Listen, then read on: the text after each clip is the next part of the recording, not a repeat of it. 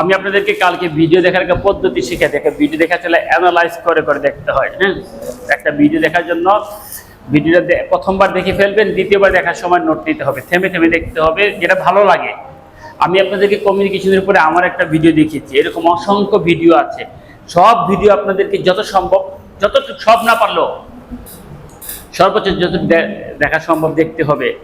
দিনের পর দিন একটা সময় ফিল করবেন কি আপনার ভিতর থেকে দেখবেন যে একটা আওয়াজ আসা শুরু হয়েছে, ভিতর থেকে একটা কনফিডেন্স পাওয়া শুরু হয়েছে। যতটুকু আমার চ্যানেলের মধ্যে আছে অতটুকু নিয়ে যদি আপনি একটু গবেষণা করেন, একটু বেশি সময় দেন, পজ দিয়ে দেখেন, নোট নেন, বিলিভ মি, চুম্বক কিছু জিনিস আছে যেটা আপনাকে ড্রামাটিক্যালি চেঞ্জ করে। যে কথাগুলো আমি বলতেছি ওই কথাগুলো এখানে বারবার পাবেন। মানে কি, আমাকে আপনার সাথে বারবার পাচ্ছেন।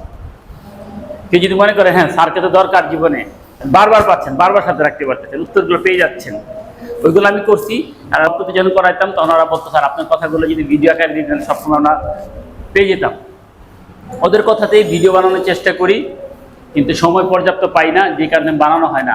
যতটুকু বানাই আপনারা যদি বারবার দেখেন, এইখান থেকে এই ভিডিও দেখলে হবে না, এই ভিডিওর লিঙ্ক ধরে আপনাকে অন্যান্য যত ভিডিও আছে অসংখ্য ভিডিও দেখতে হবে। শুধু আমাকে নিয়ে ধরে থাকলে হবে না, সবার ভিডিও দেখতে হবে। যখন আপনার টিচার অনেকজন হয়ে যাবে দেখবেন একজন থেকে আরেকজন ভালো বলতেছে, খালি মজা আর মজা পাচ্ছেন। অনেকটা ইসের মতন, জিলাপি খাওয়ার পরে যখন মিষ্টি খেলো, মিষ্টি আরো মজা, রসমালাই খেলো, ওইটা আরো মজা। তো মজার তো শেষ নাই, রাইট? ব্যালেন্স স্কোরকার্ডকে যদি আমরা একটা গাছের সাথে তুলনা করি, গাছের অনেকগুলো অংশ থাকে, মূল চারটা অংশ হচ্ছে গাছের রুট, যেটাকে বলি গাছের মূল আমরা, ট্রাঙ্ক যেটাকে বলি আমরা গাছের গুড়ি, তারপরে গাছের শাখা প্রশাখা থাকে না, যেটা ট্রাঙ্কের পর থেকে তৈরি হয়, ঠিক আছে, ব্রাঞ্চেস থাকে, তারপরে গাছে কি থাকে লাস্টে, সব ফ্রুটস হয়। তাহলে একটা গাছের গুরুত্বপূর্ণ চারটা অংশের সাথে ব্যালেন্স স্কোরকার্ডের চারটা অংশের যদি আমরা কম্পেয়ার করি, যেমন রুটস মানে হচ্ছে ব্যালেন্স স্কোরকার্ডের একদম প্রথম ধাপটা হচ্ছে L&D, লার্নিং এন্ড ডেভেলপমেন্ট। 2 নম্বরটা ট্রাঙ্ক, যেটাকে ব্যালেন্স স্কোরকার্ডে আমরা ইন্টারনাল প্রসেস নামে অবহিত করতেছি। 3 নম্বরটা হচ্ছে ব্রাঞ্চেস, শাখা প্রশাখা, যেটা ব্যালেন্স স্কোরকার্ডে আমরা কাস্টমার বলতেছি। আর একদম শেষেরটা হচ্ছে ফ্রুটস, যেটা ব্যালেন্স স্কোরকার্ডে আমরা ফাইন্যান্সিয়াল বা ফাইন্যান্সটা বলতেছি। তো আমাদের যদি একদম গোড়াটা ঠিক হয়, লার্নিং এন্ড ডেভেলপমেন্টটা ঠিক হয়, রুট ঠিক হয়, তাহলে কি হবে, ট্রেনিংটা যদি ভালো হয়, ইন্টারনাল সবার মধ্যে একটা গুড মানসিকতা, ভালো মানসিকতা গ্রো করবে, ইন্টারনাল প্রসেসটা ঠিক হবে। ইন্টারনাল প্রসেস ঠিক হওয়া মানে কি, গাছের এই গুড়িটা শক্ত হয়ে যাওয়া। ইন্টারনাল প্রসেসটা মানে কি, আমার মূলটা শক্ত, শিকড়টা শক্ত ট্রেনিং এর মাধ্যমে। এবার ট্রেনিং আমরা করানোর পরে কি হচ্ছে, গাছের গুড়িটা শক্ত। এই গুড়ি কারণে তো তুফানে এরকম এরকম করতে হবে, গাছটা ফেলবে, তাই না, পড়বে কি পড়বে না। তো গুড়িটা যদি শক্ত হয় মানে ইন্টারনাল প্রসেস আমাদের স্ট্রং, সুইং এর সাথে ফিনিশিং এর সম্পর্ক ভালো, ফিনিশিং এর সাথে স্টোরের সম্পর্ক ভালো, স্টোরের সাথে কাটিং এর সম্পর্ক ভালো, ইন্টারনাল প্রসেসটা ভালো। ইন্টারনাল প্রসেসটা যখন ভালো হয়, গুড়িটা যখন ভালো হয়, তখন গাছের শাখা প্রশাখা গুলো ভালো হয়, ছড়ায় পড়ে। তাহলে শাখা প্রশাখা কারা এখানে, বায়ার। আমাদের যখন ট্রেনিং এন্ড ডেভেলপমেন্টটা ভালো থাকবে, ইন্টারনাল প্রসেস সবার মধ্যে সম্পর্ক ভালো থাকবে, অন টাইম শিপমেন্ট হবে, কোয়ালিটি প্রোডাকশন তৈরি হবে, ইফিসিয়েন্সি, প্রোডাক্টিভিটিগুলো ভালো থাকবে। তো সব ভালো থাকলে কে খুশি হবে, বায়ার খুশি হবে। এক বায়ারের নাম কাছ থেকে অন্য বায়ার যখন জানবে এরা কোথায় প্রোডাকশন করে, তখন ওই কোম্পানি তারাও খুঁজবে, তখন কি বায়ারের সংখ্যাও বাড়তে থাকবে, আর এক্সিস্টিং যে বায়ার আছে তারও অর্ডার বাড়তে থাকবে। তাহলে 4 নম্বরটা, গাছের 4 নম্বর অংশটা কি বলতেছি আমরা, গুরুত্বপূর্ণ একটা অংশ, ফ্রুট, ফল। এবং গাছের যদি মূল ভালো হয়, গোড়া ভালো হয়, শাখা প্রশাখা ভালো হয়, তাহলে সেই গাছে ভালো ফল ধরবেই, ফলের জন্য চিন্তা করতে হবে না, তাই না? তাহলে আমাদের এই 3টা process, L&D, internal process, customer যদি আমাদের ভালো থাকে, ফাইন্যান্সিয়াল রিটার্ন আসবেই। তাহলে আমরা কি করব, নিজেরা ট্রেনিং করব, আমাদের নিচে যারা আছে তাদেরকে যখন ওয়েলফেয়ার ম্যাডামরা ট্রেনিং এর জন্য আসতে বলবে, আমরা কি আটকাবো না, তাদেরকে এখন পাঠিয়ে দিব। ট্রেনিং এ আসলে কি সময় নষ্ট হয় না, সময় ইনভেস্ট হয়। আপনাদের প্রতি অনুরোধ থাকবে, আপনারা যে যেখানে সুযোগ পান, অনলাইনে হোক সরাসরি হোক, ট্রেনিং করতে থাকবেন। এগুলোকে বলে soft skill, soft skill training এবং প্রফেশনাল ট্রেনিং। প্রতি মাসে 1টা বা 2টা ট্রেনিং করবেন। আমেরিকান একজন ম্যানেজমেন্ট গুরু আছেন, নাম ব্রায়ান ট্রেসি। তিনি বলছেন তোমার ইনকামের 3% থেকে 5% তুমি নিজের জন্য বিনিয়োগ করো, নিজের প্রতি ইনভেস্ট করো, তাহলে তোমার ভ্যালু বাড়বে। আমরা সবাই আমাদের মোবাইলে জিবি বাড়ানোতে ব্যস্ত। আগে মোবাইলে 2 জিবি ছিল, 4 জিবি বাড়াইছি, নতুন একটা মোবাইল কিনেছি আমরা। 4 জিবি জায়গায় 6 জিবি ওয়ালা মোবাইল কিনেছি। 6 জিবি শেষ না, 8 জিবি ওয়ালা মোবাইল কিনতেছি আমরা। আমরা সবাই কিসের জিবি বাড়াচ্ছি? মোবাইলের জিবি বাড়াচ্ছি, মোবাইলের র্যাম বাড়াচ্ছি। কিন্তু আমি আমার র্যাম বাড়ানোর জন্য কোনো চেষ্টা করতেছি না, বা বুঝতেও পারতেছি না যে আমার র্যাম বাড়ানো দরকার। আজকে যদি মোবাইলের র্যাম না বাড়ে তাহলে মোবাইলের ভ্যালু থাকবে? তাহলে আপনি যদি আপনার র্যাম না বাড়ান তাহলে আপনার ভ্যালু থাকবে? আমাদের র্যাম কিভাবে বাড়বে? প্রতিদিন যদি আমি অল্প অল্প করে রান করতে থাকি, একটা মোবাইলের র্যাম চেঞ্জ হতে সময় লাগে না? প্রতিদিন যদি আমি অল্প অল্প করে রান করতে থাকি তাহলে কি হবে? আমারও র্যাম ওই সময়ের সাথে সাথে চেঞ্জ হবে, আমাদের ভ্যালুটা অনেক বেড়ে যাবে। কথা বোঝা যাচ্ছে? এই জন্য অনলাইনে এখন অনেক ট্রেনিং হয়, 200, 500, 1000, 1500 টাকা প্রতি মাসে একটা ট্রেনিং করেন, নিজের প্রতি ইনভেস্ট করেন। নিজের প্রতি ইনভেস্ট করলে গ্রো করবেন, এটা কখনো বিফলে যাবে না। এখানে একটা রঙের বড় কি আছে, পাত্র আছে। এই রং, ওয়ালটা অনেক ময়লা মনে করেন, এই রংটা যদি ওয়ালে না লাগানো হয়, ওয়ালের কোনো ভ্যালু আছে? তো আপনি জানতেছেন আপনার আশেপাশে অনেক বই আছে, অনেক জ্ঞান আছে, কিন্তু আপনি জ্ঞানটা ব্রেনে দিচ্ছেন না, তাহলে এই বইয়ের কোনো ভ্যালু আছে? জ্ঞানটা কোথায় দিতে হবে? র্যাম বাড়ানোর জন্য ব্রেনে দিতে হবে। দিব তো ইনশাল্লাহ? তাহলে একটা জিনিস খেয়াল করছেন, আমাদের সবচেয়ে ক্রিটিক্যাল পার্টটা ছিল আমাদের কাস্টমার, তাই না? এই কাস্টমারটা মানে গাছের ব্রাঞ্চেসের সাথে কাস্টমারকে তুলনা করা হয়েছে। তো কাস্টমারটা হ্যাপি কখন হয়? যখন আমাদের ট্রেনিং এন্ড ডেভেলপমেন্টটা ভালো থাকে, তাহলে আমাদের ইন্টারনাল প্রসেস ভালো হয়, কাস্টমারও হ্যাপি। লাইফটা কি আসলে সহজ না কঠিন বলেন তো? তাই না? পড়াশোনা কি কঠিন বলেন? পড়াশোনা কঠিন কেন হয়েছে না আপনার বলেন তো? একটু বলেন তো দেখি।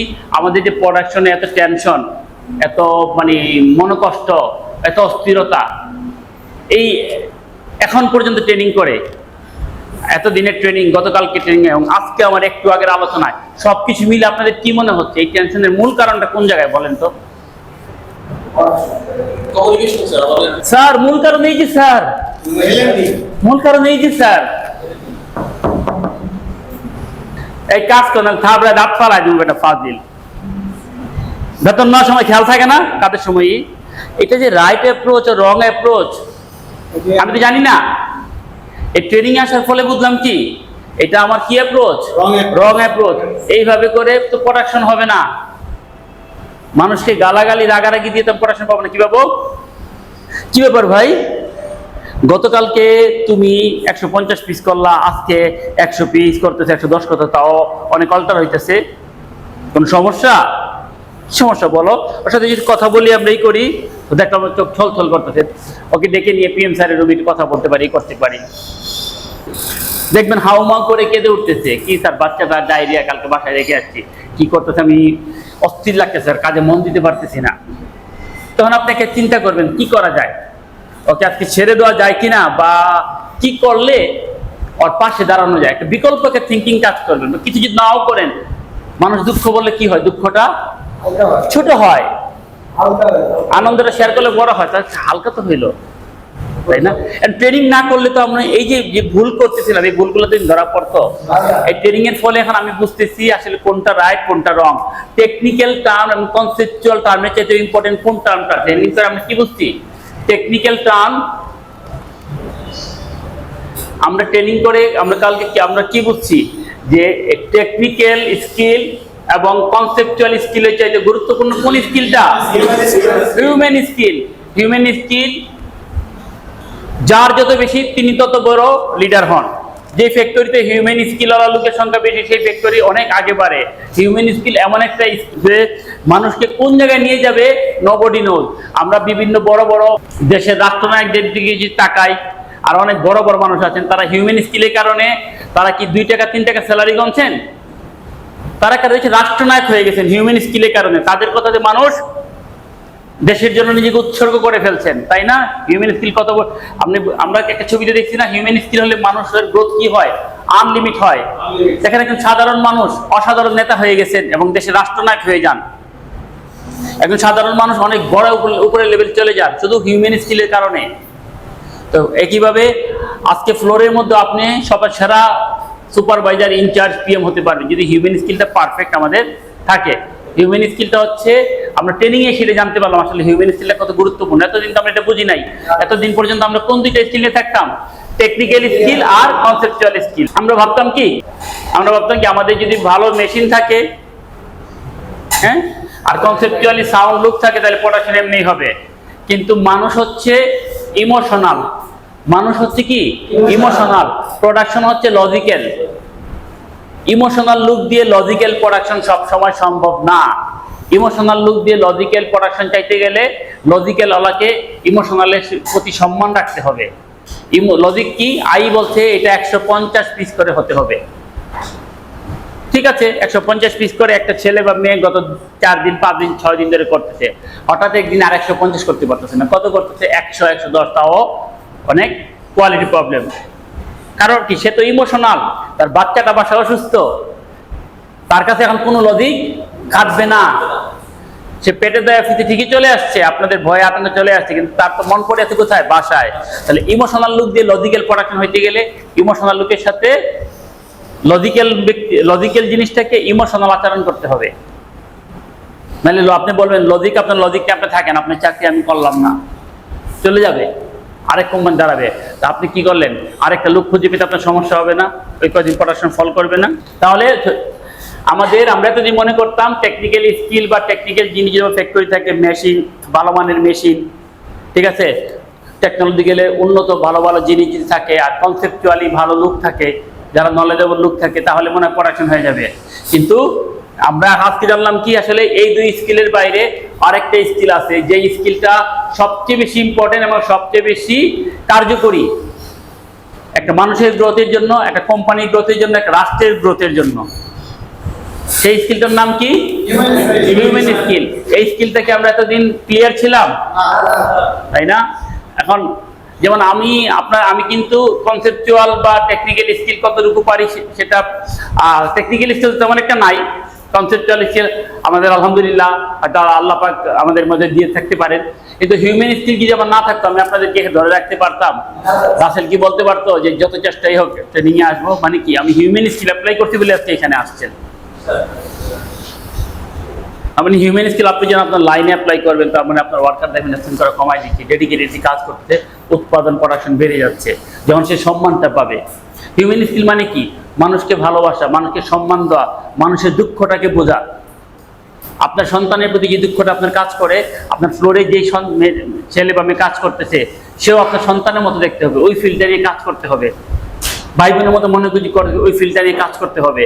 তাহলে দেখবেন যে আপনার পড়াশোনা নিয়ে আতঙ্ক, টেনশন চলে যাচ্ছে। তো যেই কথা নিয়ে আমি বলতেছিলাম যে আমাদের গার্মেন্টস নিয়ে এত অস্থিরতা, এত টেনশন, এত আতঙ্ক, মানে এত চিলাচিলি কেন? আমাদের ট্রেনিং এন্ড ডেভেলপমেন্টের পর্যাপ্ত সুযোগ সুবিধা নাই, পর্যাপ্ত প্রচেষ্টা নাই।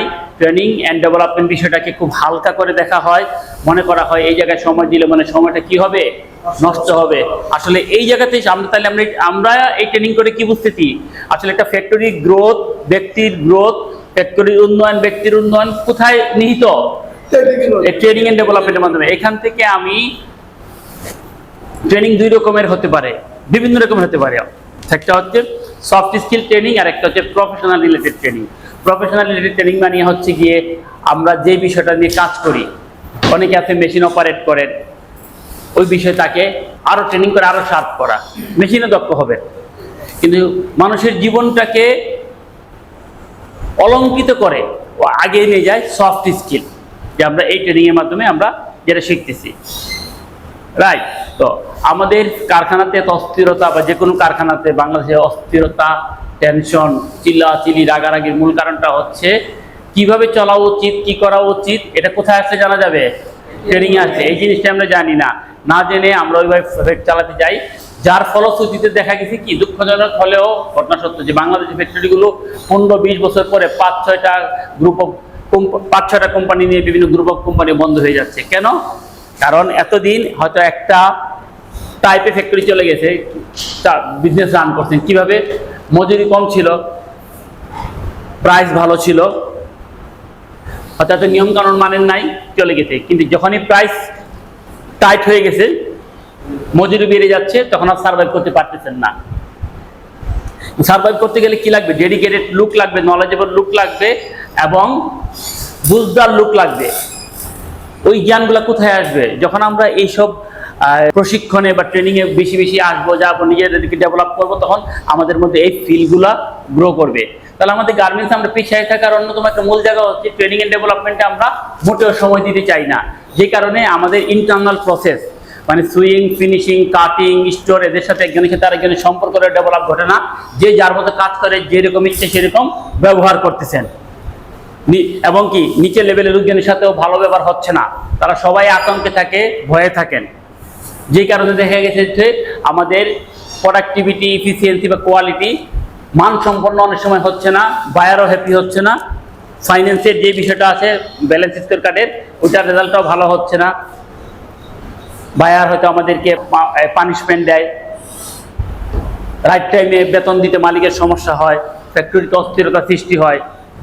দেখছেন মানে কোন জায়গা থেকে কোন জায়গায় চলে যাচ্ছে।